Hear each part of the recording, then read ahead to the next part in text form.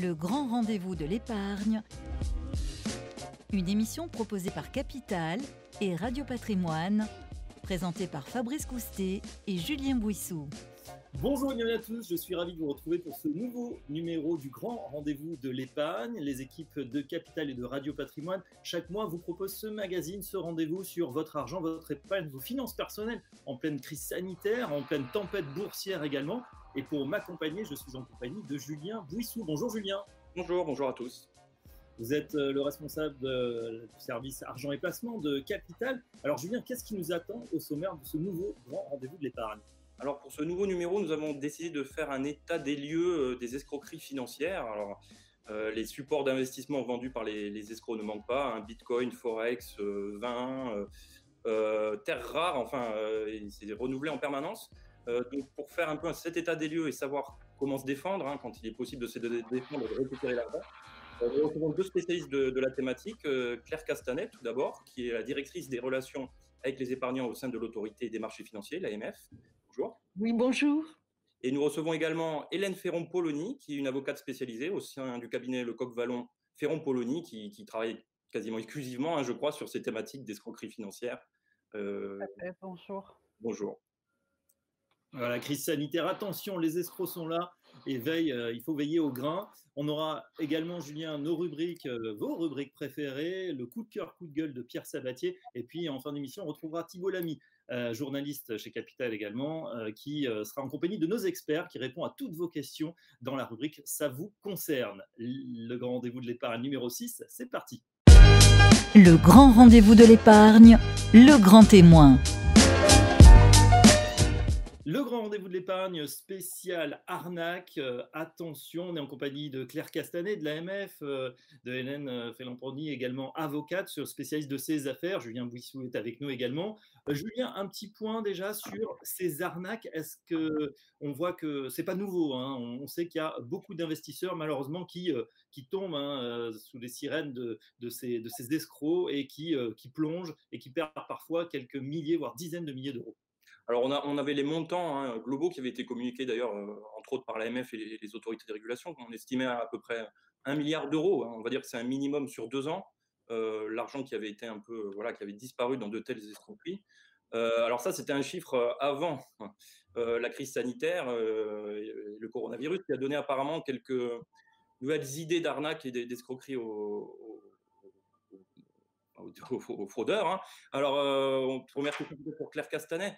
Est-ce qu'on peut faire un état des lieux actualisé un peu de ces escroqueries et voir en quoi le coronavirus avait donné des idées aux escrocs ? Oui, alors il faut noter que cette situation en particulière que nous vivons avec la crise sanitaire, les effets sur les marchés, les effets économiques, présente un terreau assez favorable en fait pour les escrocs. Et nous, ce que l'on a pu constater, c'est que d'une part, en lien direct peut-être avec la crise, on a vu des sites de hameçonnage qui surfaient sur effectivement le placement miracle qui permettait bien évidemment de trouver le médicament miracle. On a pu voir également des pages web pour collecter des données personnelles, et on sait bien l'usage qui est fait une fois que vous avez communiqué votre numéro de téléphone et votre adresse mail en surfant aussi sur ces sujets-là. On a pu constater également qu'il y avait un discours construit autour des valeurs refuges.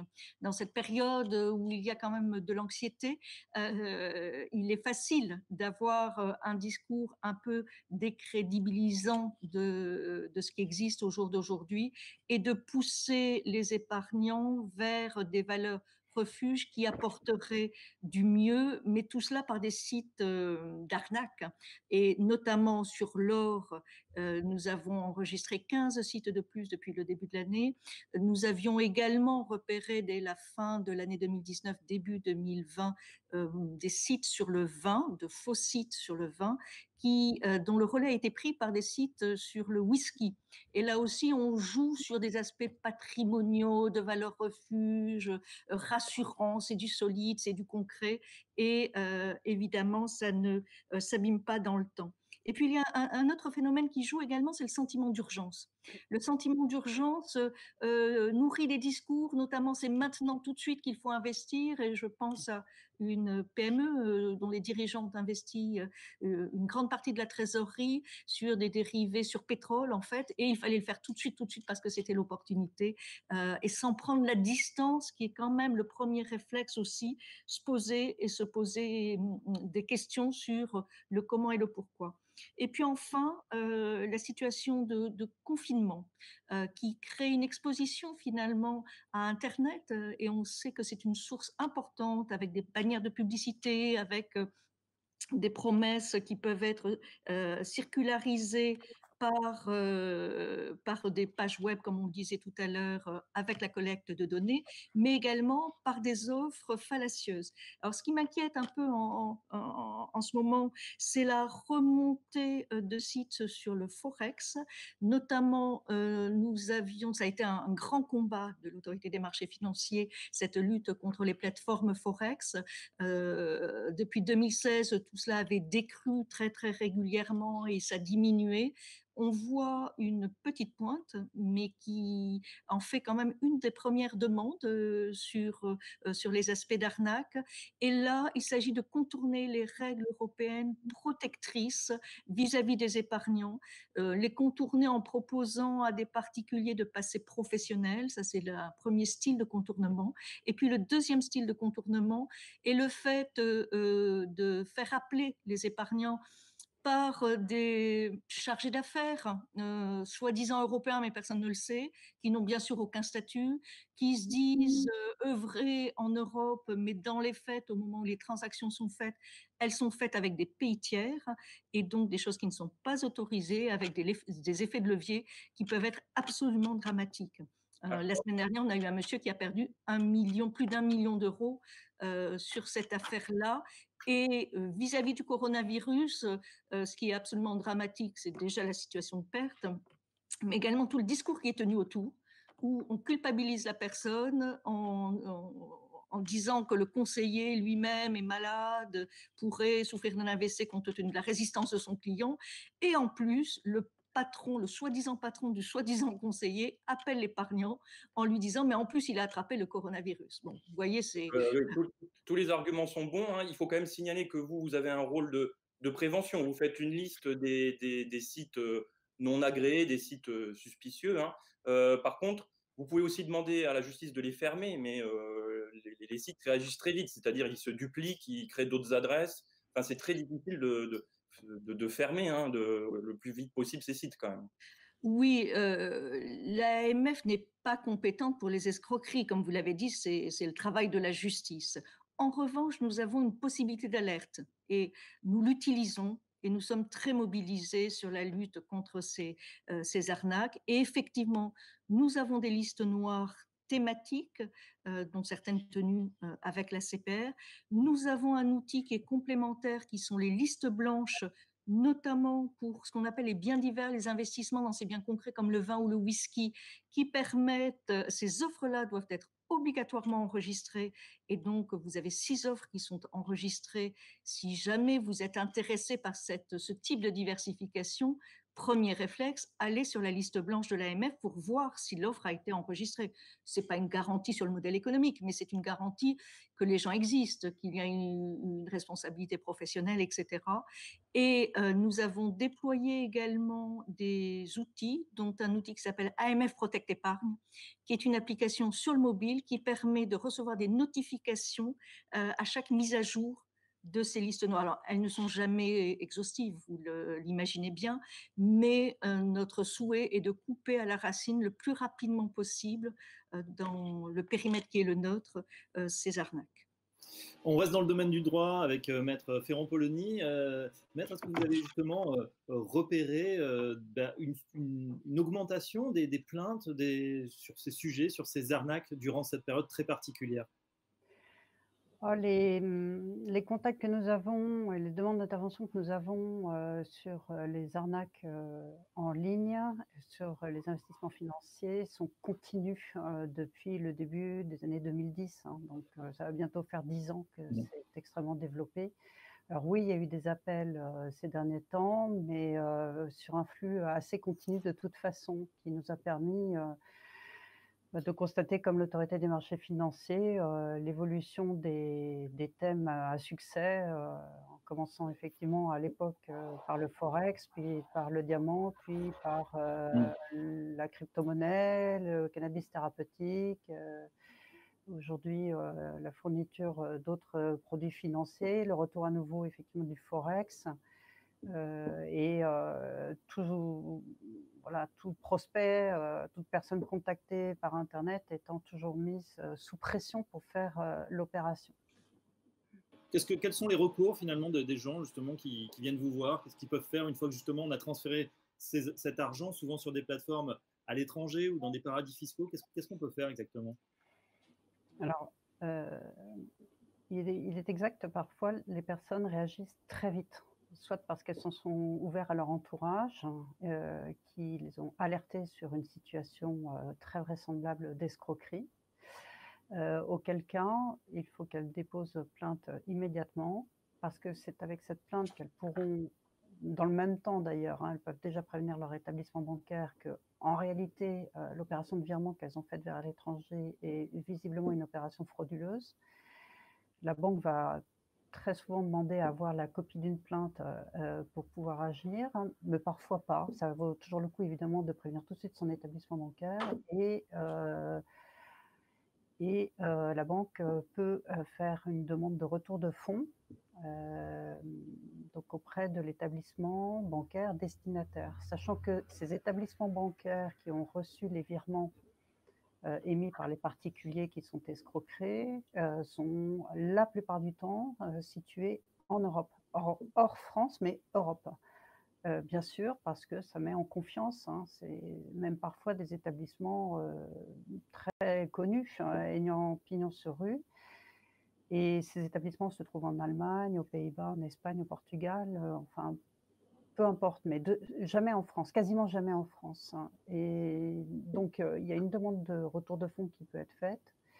Un dépôt de plainte, ça c'est indispensable, auprès du commissariat ou de la gendarmerie, et puis, à partir de là, nous, lorsque nous instruisons le dossier, nous refaisons l'historique des opérations qui ont été faites, hein, et nous réfléchissons effectivement à la question de la responsabilité des établissements bancaires. Alors bien sûr, il y a la question de la responsabilité des établissements bancaires destinataires des fonds, mais comme ils sont situés à l'étranger, ça suppose quand même d'avoir certains moyens financiers pour pouvoir mandater non seulement des avocats en France, mais également des avocats à l'étranger qui vont pouvoir, déposer une plainte, dans le pays concerné, et puis pouvoir suivre toute, la procédure pénale devant ce pays-là, éventuellement avoir un contact direct avec un procureur, du pays concerné, pouvoir éventuellement, faire bloquer les fonds via ce procureur.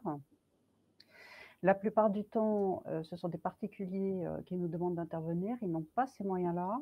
Qui plus est, la plupart du temps, là aussi, les virements sont faits dans plusieurs pays différents. Donc ça Ouais. supposerait de prendre un avocat au Portugal, un autre en Espagne, un autre en Allemagne, un autre, en Belgique, plus l'avocat français, enfin, ce n'est même pas imaginable. Donc nous recherchons également, et c'est normal, ce n'est pas un pis-aller, hein, c'est, la responsabilité des établissements bancaires français, c'est-à-dire en fait, la responsabilité, de la banque du client, voilà, de la personne escroquée. Parce que cette banque, doit connaître son client, elle doit connaître ses habitudes, elle doit, savoir, comment il dépense habituellement son argent, vérifier ses opérations et réagir, hein, si une opération, apparaît anormale. Ça veut dire finalement, si on a un client qui dépense voilà, normalement quelques milliers d'euros et tout à coup fait un virement vers une banque tierce de plusieurs dizaines de milliers d'euros, hein, je caricature mais à escient, là, elle pourrait bloquer ou demander une justification. Mais est-ce qu'elle peut vraiment aller contre l'avis de son client? Oui.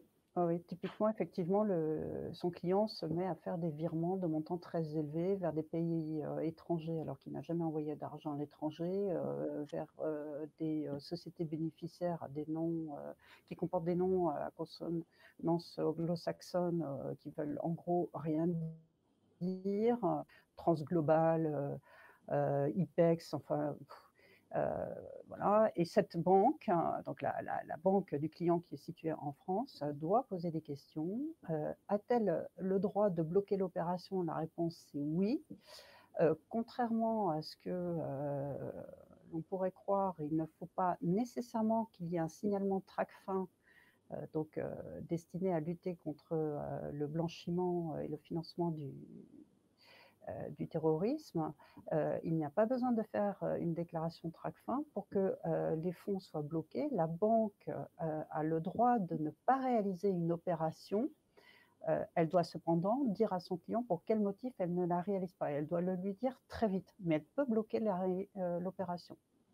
Voilà, c'est bon à savoir. Claire Castanet, le patron de l'AMF, à part Robert Roffel, a parlé d'un véritable fléau. C'était fin 2019. Vous étiez déjà monté au créneau et vous l'avez refait, je crois que c'était fin mars, hein, donc dès le début du confinement. Vous avez en quelque sorte à nouveau tiré la sonnette d'alarme. Avec quels effets si on fait un petit bilan après ces 2 mois un petit peu exceptionnels?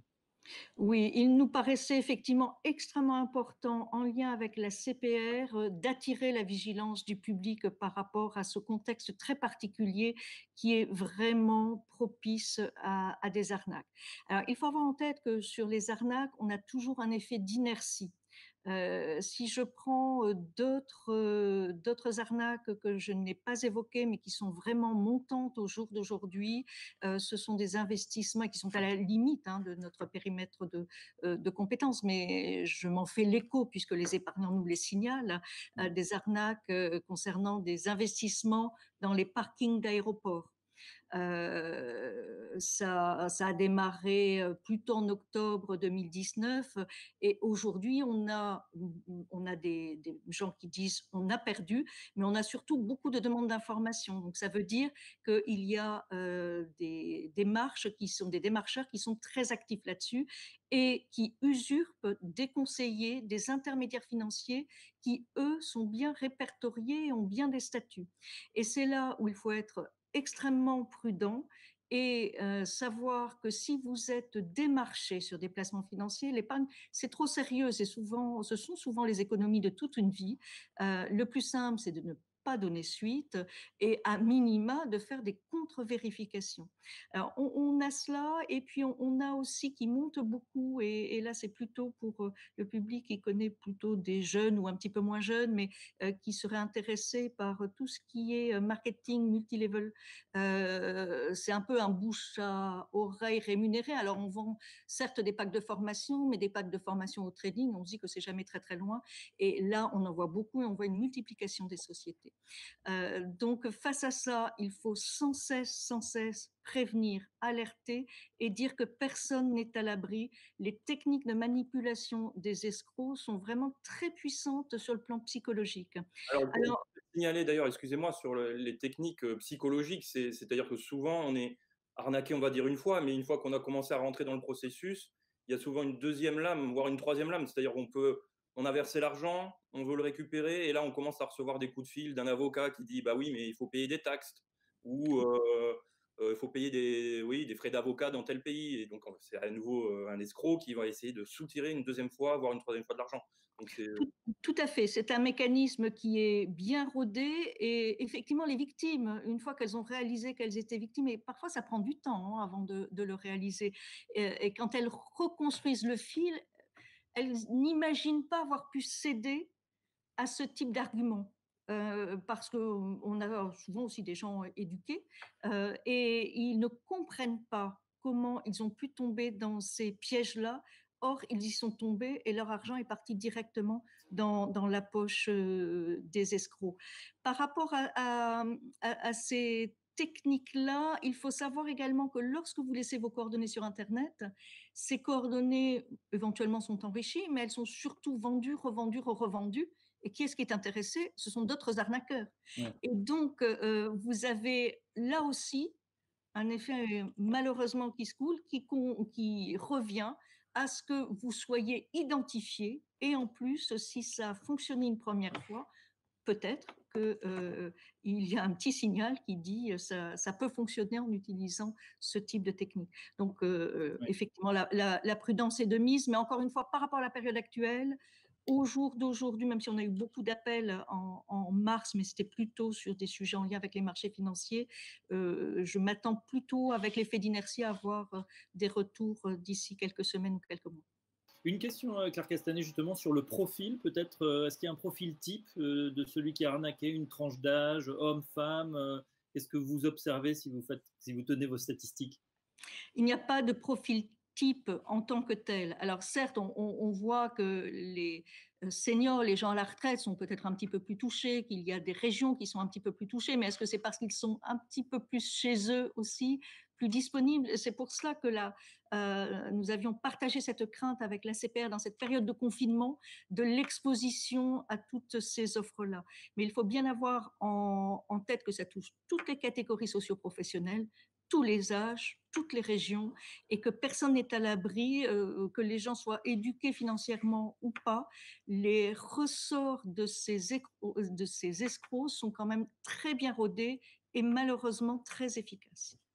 Alors, une question peut-être qu'on se pose, hein, on a compris que l'argent le plus souvent partait rapidement dans des pays qui ne coopéraient pas trop avec la justice et donc c'était quasiment pas possible de récupérer l'argent. Alors, Hélène Ferrand-Paulini, il y a quand même des cas où vous arrivez à récupérer, il faut que les escrocs soient essentiellement basés en France. Enfin, vous pouvez nous en dire un peu plus sur ces cas-là où il y a espoir de récupérer ne serait-ce qu'une partie de sa mise?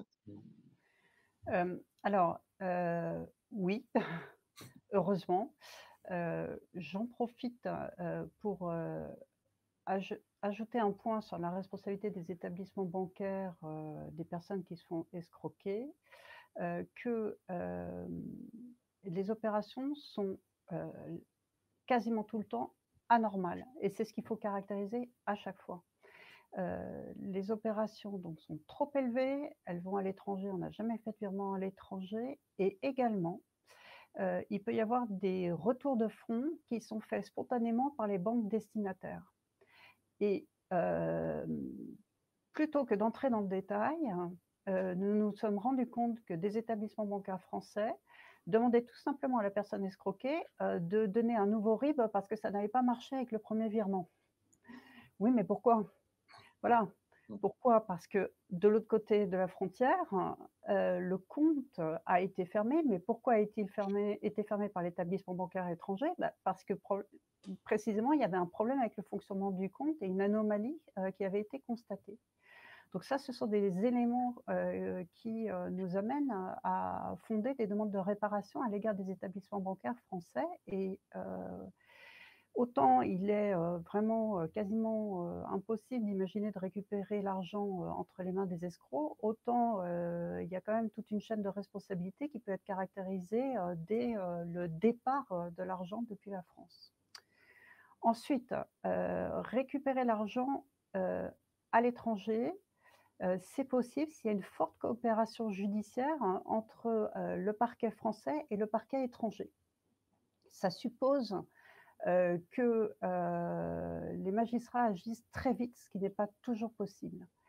Il y a eu la grande époque de la fraude au diamant, le diamant d'investissement, et c'était absolument affolant parce que du côté du greffe parisien, au tribunal, les dossiers s'empilaient les uns sur les autres et le greffe n'avait même plus le temps d'attribuer des numéros de dossiers, tellement les plaintes étaient nombreuses. Donc dans ces cas-là, on n'en est plus à savoir si on va pouvoir faire une coopération judiciaire. Je veux dire, le parquet était absolument débordé. Mais il arrive, malgré tout, que des fonds soient bloqués à l'étranger. Alors, quand tout se passe bien, l'argent revient directement de parquet étranger à parquet français. Ensuite, il faut caractériser que cet argent, c'est notre argent, c'est-à-dire l'argent de telle victime, parce que l'argent est fongible. Hein. Si on récupère 500 000 € sur un compte à l'étranger, à qui appartiennent ces 500 000 €? Et parfois, il arrive qu'un procureur dise bon, ces fonds-là correspondent par rapport à la date, à la chronologie des événements, ces fonds-là correspondent bien à ce virement-là, restitution immédiate des fonds à la victime. Parfois, l'argent reste bloqué dans le parquet étranger, enfin, entre les mains de la banque qui s'est fait saisir les fonds, bloquer les fonds par le parquet étranger, et c'est assez difficile de débloquer la situation. Et quand les infractions ont lieu en France, on est sur des arnaques franco-françaises, je dirais. Alors là, les choses sont quand même beaucoup plus simples, puisque on a généralement sur des affaires d'escroquerie en bande organisée, où on a des acteurs français dont certains sont tout à fait bien repérés, bien identifiés, bien installés, et ça permet soit à travers la procédure pénale qui va être engagée, mais après plusieurs années d'obtenir condamnation au remboursement des sommes détournées, soit des procédures de responsabilité bancaire, mais à l'encontre d'établissements français qui sont à la fois parfois du côté de celui qui a envoyé l'argent et à la fois du côté de celui qui a reçu l'argent. Alors encore faut-il évidemment que l'argent soit encore là. Claire Castanet, on arrive bientôt à la fin de ce dossier. On comprend de toute façon ces arnaques, surtout en ces temps où on sait l'épargne eh bien, rapporte peu. Si on regarde, évidemment, ce qui motive les gens, c'est aussi l'appât du gain. Il ne faut pas se mentir, il faut aller la face. Quand on voit des placements qui peuvent rapporter 8, 10, 12% ou plus, c'est quand même qu'il y a danger. Qu'est-ce qu'on peut donner comme signaux d'alerte qui doivent quand même éveiller l'attention du public? Alors, comme signaux d'alerte, vous avez bien évidemment des placements trop alléchants, avec des pourcentages de rendement qui sortent de la norme. Et là-dessus, il faut effectivement avoir en tête quelques points de repère. Ensuite, il faut, encore une fois, lorsque vous êtes démarché, prudence, méfiance. L'épargne, c'est important. En plus, vous le savez bien, en ce moment, il y a une sorte d'épargne un petit peu forcée qui se constitue et donc ça peut attirer beaucoup d'escrocs. Et cette épargne forcée, vous en aurez sans doute besoin, soit pour préparer votre avenir, soit pour faire face à des changements de situation à très court terme. Donc, soyez extrêmement prudents vis-à-vis de cela. Donc, ne pas laisser ses coordonnées, ne pas se laisser attirer effectivement par des rendements trop élevés, toujours vérifier. Si malgré tout on y va, faire des contre-appels, revérifier. Si on a un doute, appelez AMF Épargne Info Service.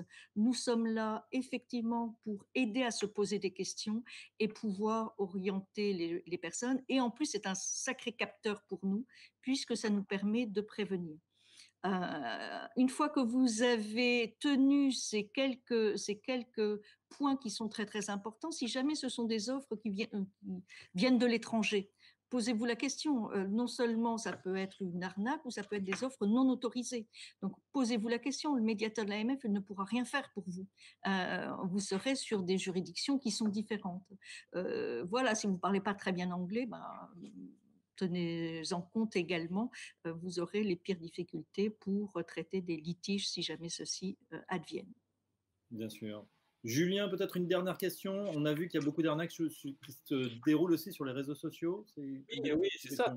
Souvent, le début de l'arnaque, c'est on voit une publicité sur les réseaux sociaux avec ces paramètres que vous venez de rappeler, hein, rendement, promesse de sécurité. Alors, est-ce qu'il peut y avoir un jour une responsabilité de ces réseaux sociaux? Est-ce qu'on peut les obliger à trier dans les publicités, à faire en sorte qu'elles n'apparaissent plus, enfin, puisque c'est quand même souvent la première étape de l'arnaque, hein.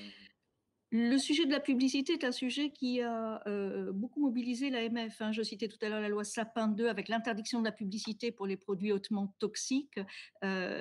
Effectivement, nous avons pu travailler là-dessus et obtenir des résultats sur le Forex et les options binaires grâce à cela. Mais bien évidemment, il faut que ce soit circonscrit pour que ça reste constitutionnel.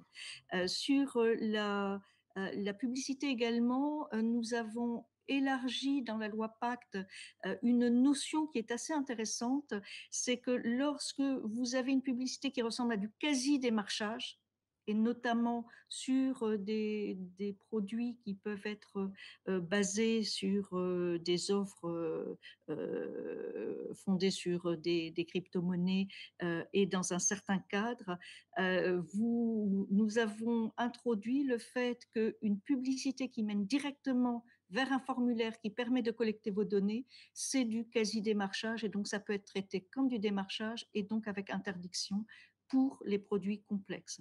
Par ailleurs, nous travaillons de façon très étroite avec l'autorité d'autorégulation de la publicité et des professionnels.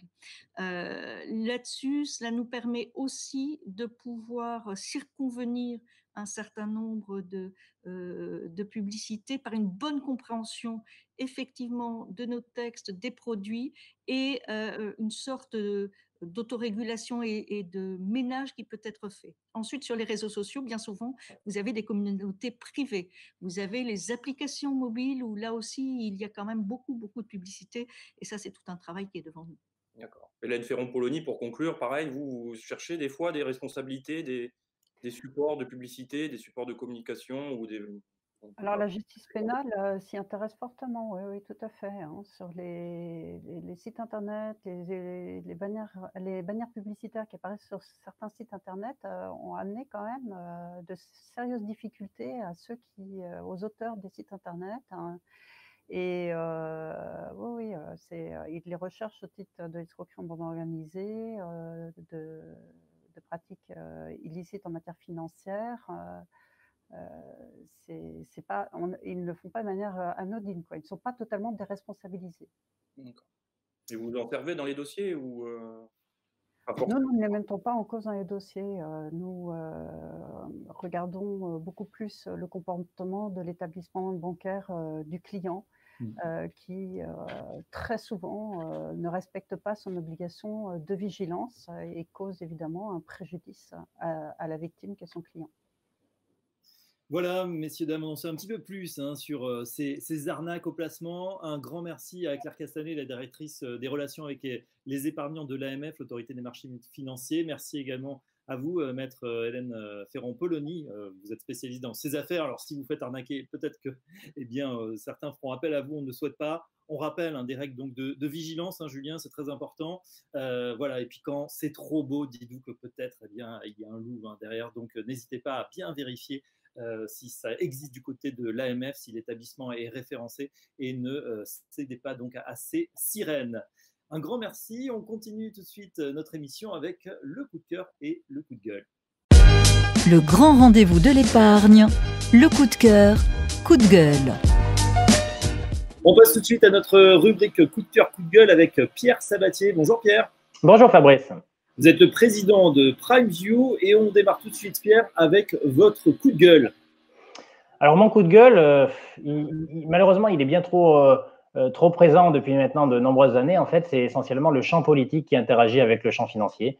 Encore plus. Alors, il était évident que, on va dire, au moment de la crise, il n'y a pas eu de souci. Tout le monde a été solidaire, tout le monde a dit on se retrousse les manches et on va y aller et on va éviter en fait que le bébé parte avec l'eau du bain et que tout parte à volo, que ça soit d'un point de vue économique ou financier. Mais très vite après, qu'est-ce qu'on voit? On voit que le champ du de la politique politicienne en fait reprend très vite du terrain, quel que soit le côté de l'Atlantique d'ailleurs. C'est ça qui est intéressant. Alors en Europe, on pense bien sûr aux atermoiements éternels entre pays du Nord, pays du Sud, pays du Nord en fait qui se posent en garant en fait de la bonne gestion et pays du Sud en garant en fait de la mauvaise gestion. En tout cas, c'est l'image aujourd'hui qu'on a en fait de ce dilemme-là. Et donc, qu'est-ce que ça aboutit à quoi? Ça aboutit essentiellement à un arrêté de la Cour constitutionnelle de Karlsruhe qui met en doute la légitimité de la Banque centrale européenne d'agir en tant que soutien direct des États à travers des quantitative easing, c'est-à-dire du rachat d'obligations d'État. En gros, ça sème le doute. Ça sème le doute à un moment où nos économies et les marchés financiers n'en ont pas besoin. Donc, ce petit caillou dans la chaussure, à un moment où des gens sont en difficulté, concrètement, c'est clairement un coup de gueule. Alors, ça, c'est pour l'Europe. Alors, bonne nouvelle, on verra si les promesses de Macron-Merkel toutes récentes de 500 milliards de subventions pour les États européens arrivent à être implémentées, parce que dès le lendemain, on a bien vu en fait que certains autres États en fait et il faudra que ça soit voté par tout le monde. En gros, lever le doigt en disant non, nous on n'est pas d'accord. Encore une fois, la bonne morale voudrait qu'on n'aille pas en fait dans cette direction-là. On peut pas raser gratis concrètement. Et alors de l'autre côté de l'Atlantique, c'est pour des raisons un peu différentes. Là, pour le coup, on est vraiment dans le calendrier électoral puisque Donald Trump est revenu avec son China bashing, on va dire, qu'il avait déjà orchestré depuis un certain nombre d'années à travers en fait les tensions sur le champ du commerce international. Alors là, c'est évident, c'est Donald Trump subit aujourd'hui le contre-coup de la crise du coronavirus, à savoir un taux de chômage stratosphérique qui a explosé dans des proportions absolument colossales. On est passé de 3% à 15% en quelques semaines, rendez-vous compte. Donc, une économie qui s'est littéralement arrêtée. Et forcément, la légitimité en fait, de Donald Trump, elle venait aussi des succès qu'ils avaient pu rencontrer. Pardon. Des succès c'est la magie du direct, des succès qu'ils avaient pu rencontrer en termes économiques et financiers. Or, tout ça a été balayé en quelques semaines. Qu'est-ce qu'il faut? Donald Trump doit trouver en fait des relais d'opinion, et concrètement, c'est taper sur la Chine. Donc, le taper sur la Chine le rend encore plus légitime comme premier défenseur des intérêts américains. Et donc, à nouveau, la politique rentre dans le champ, alors même que les États-Unis, la Chine est en période de rémission, les États-Unis sont encore, on va dire, branlantes en termes de fondation. L'Europe, elle aussi, en fait, est à peine commencé en fait son déconfinement et sa convalescence. Eh bien, voilà, on rajoute, la politique vient rajouter de l'incertitude à l'incertitude, et concrètement, ça n'est pas bon signe. Sur les marchés financiers, donc, toute cette incertitude, ça va se traduire sur l'évolution des cours de bourse. Alors, d'un point de vue technique, ça veut dire quoi? C'est qu'il va falloir s'habituer à vivre avec une prime de risque politique. Et qu'un jour où les bonnes nouvelles viendront sur le plan, on aura en fait des nouvelles sur le ton de l'apaisement et de la solidarité, eh bien ça sera positif sur les marchés. Mais le lendemain, on sera toujours en fait, on ne sera jamais à l'abri plutôt du fait que il y a un rétropédalage, un pas en avant, deux pas en arrière sur ce plan. Donc oui, bien entendu, ça va avoir un impact. Maintenant qu'on a connu un très fort rebond qui était finalement la réponse à la très forte chute initiale, on rentre dans un nouveau mode de fonctionnement des marchés traditionnels, et malheureusement, la politique va avoir beaucoup d'impact, peut-être encore plus d'impact dans la décennie qui vient que dans la décennie passée. D'accord. Donc, les investisseurs boursiers ont un peu du souci à se faire. Alors, à l'inverse, pour le coup de cœur, on passe ce mois-ci plutôt aux investisseurs dans le non-coté, le private equity. C'est ça, satisfait en fait au monde du private equity. Donc, c'est les investisseurs en fait en direct dans des actions, dans des entreprises en fait qui ne sont pas cotées sur les marchés financiers. Et alors, si c'est mon coup de cœur, c'est aussi relativement en fait aux autres investisseurs dans les actions cotées. Pourquoi? Parce que ces gens qui investissent en réalité beaucoup plus dans l'économie réelle que lorsqu'on investit en bourse de manière un petit peu froide, théorique, virtuelle, là, on est vraiment dans un engagement concret auprès de l'entreprise, à savoir en fait les participations de ces fonds-là sont beaucoup plus importantes, elles sont peut-être minoritaires, elles sont même parfois majoritaires, mais donc elles sont vraiment, enfin en gros, les gestionnaires de ces fonds sont à côté de la gouvernance de l'entreprise. Et alors, lorsque, en gros, la conjoncture devient plus difficile, eh bien, je dirais le fait d'avoir un tuteur, un accompagnateur, une sentinelle à côté qui est professionnel et qui est vraiment au chevet, en fait, de l'entreprise, c'est une très bonne chose, une excellente chose. Donc, d'une certaine manière, mon coup de cœur, c'est tout simplement le boulot que réalisent ces gérants dans le private equity, qui est par rapport, en fait, relativement, en fait, aux gérants, finalement, traditionnels des actions cotées, qui, finalement, voient les choses de manière un peu plus lointaine, n'interagissent pas avec la gouvernance. Alors, quand il n'y en a pas besoin, l'entreprise est très contente qu'on lui foute la paix. Mais quand c'est difficile, elle est aussi très contente, en fait, d'avoir une épaule ou un conseil qui va lui permettre de faire des choix qui seront lourds d'importance quant à l'avenir de l'entreprise. Voilà, donc ça, c'est le premier point. Donc, un satisfecit au gérant en tant que tel. Et je dirais naturellement plutôt une prospective assez favorable pour le monde du private equity, qui devrait continuer, en fait, à gagner des parts de marché à l'avenir. Tout simplement, en fait, on savait bien, c'était déjà un effet de mode qui avait débuté il y a quelques années, c'est-à-dire le private equity prenait de la place dans la gestion de patrimoine en général. La crise actuelle devrait le renforcer parce que véritablement, on devrait avoir moins de casse dans ces secteurs d'activité que dans les entreprises cotées, tout simplement parce que justement, les gérants auront aidé les entreprises qui auraient été accompagnées à passer ce cap-là. Donc, satisfecit aux gérants et satisfecit aussi pour la classe d'actifs qui devrait sortir renforcée en fait de la crise sanitaire qu'on vient de vivre. Alors, c'est une classe d'actifs qui rapporte 10% par an en moyenne, on va dire. Bon, il faudra voir quand même les effets de la crise parce qu'il risque d'y avoir des faillites de la casse. Bien sûr. Alors, là, mon satisfecit, c'est moins pour la performance parce que là, en gros, dans cette classe d'actifs-là, vous savez, vous avez des bons et des mauvais. Et des gens qui savent justement repérer les bonnes entreprises, les acheter pas trop cher, et d'autres qui, en fait, ont plus de mal. Donc, oui, il faudra faire, bien sûr, des différences entre les bons et les mauvais acteurs de cette classe d'actifs-là. Mais c'est vraiment la classe d'actifs en général qui devra être privilégiée, moins pour des raisons de performance, mais surtout pour des raisons en fait de qualité de l'accompagnement des gérants en private equity, surtout dans une conjoncture qui va devenir naturellement plus houleuse que la décennie passée, que ce soit sur le front sanitaire, sur le front environnemental, sur le plan géopolitique, sur le plan monétaire. On entre dans un monde, entre guillemets, relativement inconnu. Et lorsqu'on a forcément, il va falloir qu'on appréhende des changements de cap. Il faudra que la gouvernance soit plus souple, il faudra qu'elle soit très accompagnée. Et clairement, cette classe d'actifs-là, elle m'apparaît beaucoup plus à la pointe de l'accompagnement des entreprises qu'elle suit que des gestionnaires classiques. Merci Pierre Sabatier, le président de PrimeView, pour ce coup de cœur, coup de gueule. Tout de suite, on passe à la suite. On retrouve Thibault Lamy avec l'ensemble des experts pour la rubrique « Ça vous concerne ». Le grand rendez-vous de l'épargne, ça vous concerne. Bonjour à tous, on se retrouve comme chaque semaine pour la rubrique « Ça vous concerne », une rubrique dans laquelle nos experts répondent à vos questions. Alors avec nous aujourd'hui, maître Nathalie Couzigou-Suas, notaire à Paris. Bonjour maître. Bonjour à tous. Avec nous également Charlotte Tamer, directrice conseil chez Yomoni. Bonjour Charlotte. Bonjour. Et enfin Stéphane Absolu, directeur de l'expertise patrimoniale chez Sirius Conseil. Bonjour Stéphane. Bonjour Thibault, bonjour à tous. Bonjour. Alors on va commencer avec une question pour Charlotte Tamer. On a Karine qui nous explique qu'elle souhaite avantager un de ses enfants pour le remercier de s'être occupé d'elle pendant le confinement. Elle se demande si elle peut le faire avec son contrat d'assurance vie. Alors, pour répondre à Karine, oui, elle peut. Il est possible d'avantager un de ses enfants par le biais de l'assurance vie, mais pour que tout cela reste légal, il y a quelques conditions à respecter. Ce que je propose à Karine, c'est de repartir un petit peu sur le principe de base.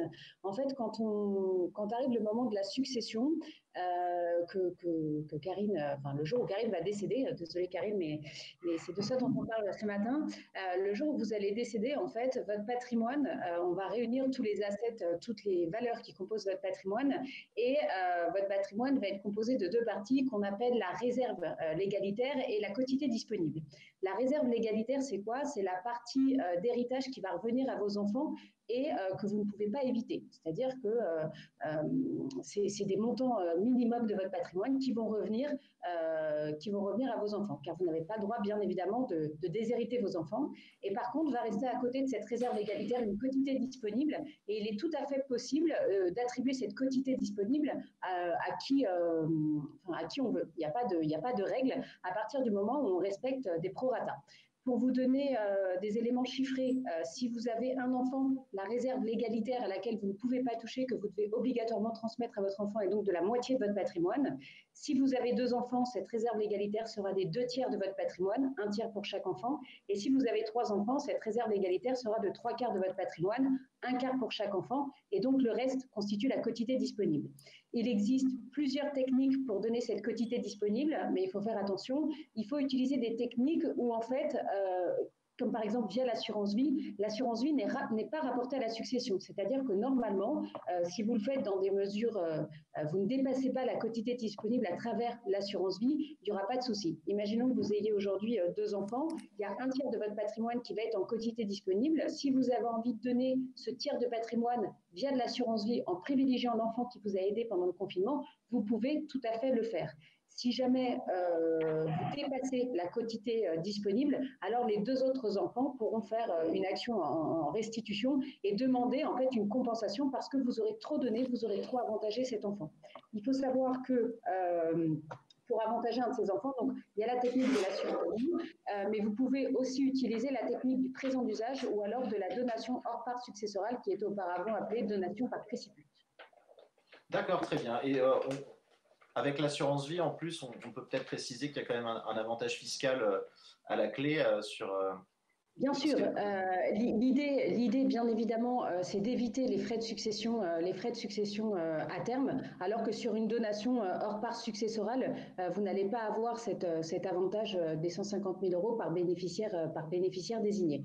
Mais en tout cas, il faut le faire dans le bon cadre. À partir du moment où vous respectez les règles de base, il n'y a aucun souci et il n'y aura aucune dissonance entre vos enfants au moment de la succession, en tout cas d'un point de vue juridique. Merci Charlotte, merci beaucoup. Merci. On enchaîne avec une question pour Nathalie Couzigou-Suas. C'est une question de Stéphanie, dont le père est décédé du coronavirus. Son papa avait accumulé les dettes avant de mourir et Stéphanie se demande si elle peut refuser sa succession pour ne pas avoir à rembourser d'éventuels découverts ou autres dettes. Bien sûr. Alors, ce qu'il faut dire à Stéphanie, c'est qu'on n'est jamais obligé d'accepter une succession. On peut toujours renoncer à la succession, de sorte que si, effectivement, il y a plus de dettes que de biens, Stéphanie n'aura pas à payer ses dettes. C'est ce qu'il faut savoir parce que le principe de base dans une succession, c'est lorsqu'on accepte la succession, on est tenu, en fait, des dettes, même si on reçoit moins de biens que de dette, mais on a la possibilité purement et simplement de renoncer. Alors, si Stéphanie a un doute, elle se dit, mais est-ce que peut-être que mon père a laissé quand même des biens? Si elle a un doute, elle n'est pas obligée de renoncer purement et simplement, ce qui va la couper complètement de la succession. Elle peut aussi accepter à concurrence de l'actif net, c'est-à-dire qu'en fait, elle ne sera tenue des dettes que dans la limite de ce qu'elle va recevoir. Donc, il y a quand même deux options pour Stéphanie, soit la renonciation pure et simple, où elle est complètement coupée de la succession, soit l'acceptation à concurrence de l'actif net, qui est une procédure aussi particulière, où elle dit, bah voilà, j'accepte la succession, mais je ne serai tenue des dettes uniquement que dans la mesure de l'actif que mon papa a laissé. Alors, si vraiment Stéphanie est sûre qu'il n'y a que des dettes, c'est la renonciation pure et simple. Ça veut dire qu'elle ne prendra rien du tout dans la succession. Elle ne devra rien, mais elle ne prendra rien du tout. Elle est complètement coupée. Il faut quand même dire à Stéphanie que ça, c'est la piété filiale. Elle devra quand même si elle renonce à la succession, payer les frais d'obsèques de son papa. D'accord. Alors, oui, dites-moi. Peut-être une petite question subsidiaire. Si, par exemple, Stéphanie est la seule héritière de son papa et qu'elle refuse, elle renonce à cette succession, si, par exemple, il reste des découverts bancaires, ils sont à la charge de la banque? Bien sûr, tout à fait, exactement. Alors, ce qu'il faut savoir, ça c'est une innovation de la loi assez récente, c'est que si Stéphanie a des enfants, eh bien, ce qu'on appelle l'option successorale, c'est-à-dire le droit d'héritier, passe aux enfants de Stéphanie. Donc, eux aussi devront renoncer à la succession parce que sinon, tous ces créanciers qui auraient pu poursuivre son papa, eh ben, ils vont naturellement se porter vers ses propres enfants. Donc, eux aussi devront renoncer à la succession avec cette particularité que s'ils sont mineurs, bah, Stéphanie devra avoir l'autorisation du juge des tutelles, juge de la protection des enfants. D'accord. Et peut-être une dernière précision, parce que pour les petits-enfants, en l'occurrence, si leur maman, donc Stéphanie, ne peut pas payer les obsèques de son père, est-ce que cette charge revient aux petits-enfants s'ils en ont les moyens? Alors, les obsèques, même si on renonce à la succession, on est tenu de les payer en tant qu'enfant. D'accord. Donc ça, il faut le savoir. Mais ça peut être problématique si on n'a pas les... Alors, en revanche, si les petits-enfants acceptent la succession, eux, ils paieront non seulement les dettes, mais ils paieront aussi les obsèques. D'accord. D'accord. Je vous remercie, maître. Je vous en prie. Et on a une dernière question pour Stéphane Absolu. C'est une question de Jérôme qui se pose une question. Son gestionnaire de résidence de tourisme a cessé de lui verser ses loyers. Il se demande ce qu'il peut faire. Alors ça, c'est une situation effectivement un peu inédite. C'est-à-dire qu'on a un certain nombre de gestionnaires de résidences de tourisme, résidences étudiantes, qui sont aujourd'hui dans des situations un peu délicates et qui ont donc unilatéralement décidé de suspendre leur loyer. Alors, il faut savoir déjà, la première question à se poser, c'est sur quel fondement éventuellement ces gestionnaires, ces locataires ont décidé de cesser le paiement du loyer. Donc, beaucoup se sont prévalus de l'ordonnance du 25 mars 2020 qui portait l'état d'urgence sanitaire et qui prévoyait un certain nombre de mesures, notamment la suspension des loyers. Il faut savoir que dans la plupart des cas, les sociétés de gestion, notamment de résidence de tourisme, ne rentrent pas dans la protection de cette ordonnance, puisqu'il s'agit souvent de TPE, d'entreprises dont le chiffre d'affaires est inférieur à 1 million, dont le bénéfice est inférieur à 60 000 €, et on ne sera pas donc dans le cadre de ces résidences de tourisme. Ce qui fait que, normalement, légalement, ces établissements locataires sont tenus de payer aux bailleurs particuliers leur loyer. Donc après, il est quand même important d'aller regarder ce qui est prévu dans le bail, de la même manière, dans le bail commercial. Vous pouvez avoir un certain nombre de clauses qui éventuellement abordent la force majeure ou des cas particuliers ou peut-être des épidémies. Là, il est important aussi d'aller regarder ce qui est prévu dans le contrat. L'ordonnance ne permet pas aux résidences de tourisme de suspendre le loyer. Est-ce que le contrat le prévoit? Il faut regarder. Si le contrat lui aussi ne le prévoit pas, on est dans une situation où normalement le loyer est dû. Donc après, on connaît peut-être les difficultés de certains établissements aujourd'hui à verser leur loyer. En tout état de cause, c'est un report, en aucun cas une annulation. Et puis après, en termes de mesures à prendre pour un particulier bailleur qui a sans doute ou peut-être un emprunt qui court sur le bien immobilier, la première chose à faire, c'est bien évidemment de prendre contact avec l'établissement bancaire pour prévoir justement le report de ces échéances. Il n'y a pas d'entrée. Donc, l'idée, c'est de décaler évidemment les échéances du prêt. Après, si jamais on sent de la part du locataire une volonté plus ou moins forte, soit de ne pas payer le loyer ou de le repousser dans des conditions qui ne sont pas recevables, c'est un peu David contre Goliath. Hein, donc, il est sans doute préférable de se regrouper dans ce cas-là, hein, de faire un regroupement de bailleurs sur les mêmes résidences pour pouvoir, le cas échéant, se rapprocher d'un avocat, faire des mises en demeure de payer. Hein, c'est la première étape pour essayer de contraindre un peu le locataire à prendre ses responsabilités. Et puis ensuite, ce sera l'action en justice pour obtenir le paiement du loyer. D'accord, c'est très clair. Donc la loi est du côté du bailleur, donc de notre éditeur. Tout à fait. Merci beaucoup Stéphane. Et merci à tous nos experts. Cette émission est désormais terminée. On se retrouve le mois prochain pour un nouveau rendez-vous de l'épargne. Et je vous dis à très vite. Au revoir. Merci. Au revoir. Au revoir à tous. Retrouvez le grand rendez-vous de l'épargne en podcast sur Radio Patrimoine et en vidéo sur capital.fr.